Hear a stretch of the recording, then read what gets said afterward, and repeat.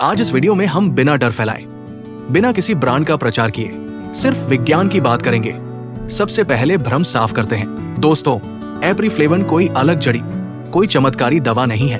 असल में ये जुड़ा है एक वैज्ञानिक नाम से, एपिजिनिन। एपिजिनिन एक फ्लेवोन है, यानी पौधों में पाया जाने वाला एक बायो एक्टिव फ्लेवोनॉइड।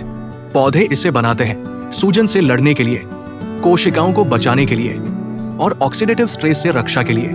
अब सवाल आता है, क्या ये विदेशी चीज है? नहीं दोस्तों, बबूना भारत में एपिजिनिन का सबसे समृद्ध और करीबी स्रोत है। इसके अलावा थोड़ी मात्रा में तुलसी और धनिया पत्ती में मिलता है, जबकि सौंफ, अजवाइन में कम मात्रा में पाया जाता है। लेकिन अगर पूछा जाए कि सबसे प्रभावी भारतीय जड़ी कौन सी, तो जवाब साफ है, बबूना।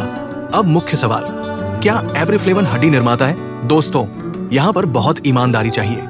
नहीं, ऐसा नहीं है। वैज्ञानिक रूप से एपिजिनिन को हड्डी निर्माता नहीं कहा जा सकता, और जो ऐसा कह रहा है वो विज्ञान नहीं, मार्केटिंग कर रहा है। क्यों इसे हड्डी निर्माता कहना गलत है?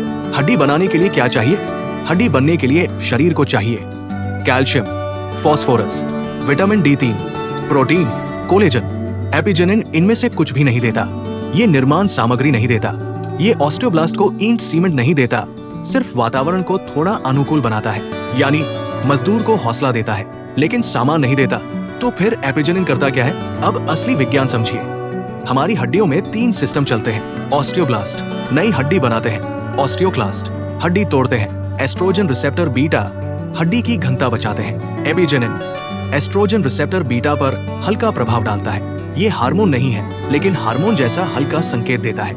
नतीजा, मेनोपॉज के बाद हड्डी का तेज क्षय धीमा पड़ता है, हड्डी तोड़ने वाले सिग्नल को शांत करता है, ऑस्टियोक्लास्ट की गतिविधि कम और सूजन वाले पाथवे शांत करता है। मतलब हड्डी टूटने की रफ्तार कम और कैल्शियम का नुकसान धीमा करता है। ये हड्डी बनाता नहीं, लेकिन हड्डी को तेजी से खत्म होने से बचाता है। तो फिर सही नाम क्या होना चाहिए?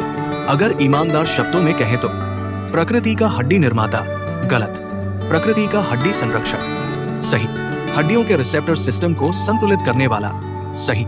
एक जरूरी चेतावनी जान लीजिए, अगर कोई कहे सिर्फ एप्रीफ्लेवन लो, कैल्शियम की जरूरत नहीं, तो समझ जाइए वो आपकी सेहत नहीं, आपकी जेब देख रहा है। मजबूत हड्डियों के लिए चाहिए सही पोषण, पर्याप्त प्रोटीन, कैल्शियम, विटामिन D3, नियमित गतिविधि और सही जानकारी।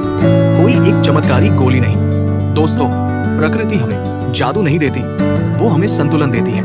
एपिजिनिन हड्डियों की फैक्ट्री नहीं, लेकिन फैक्ट्री को बंद होने से बचाने वाला चौकीदार जरूर है।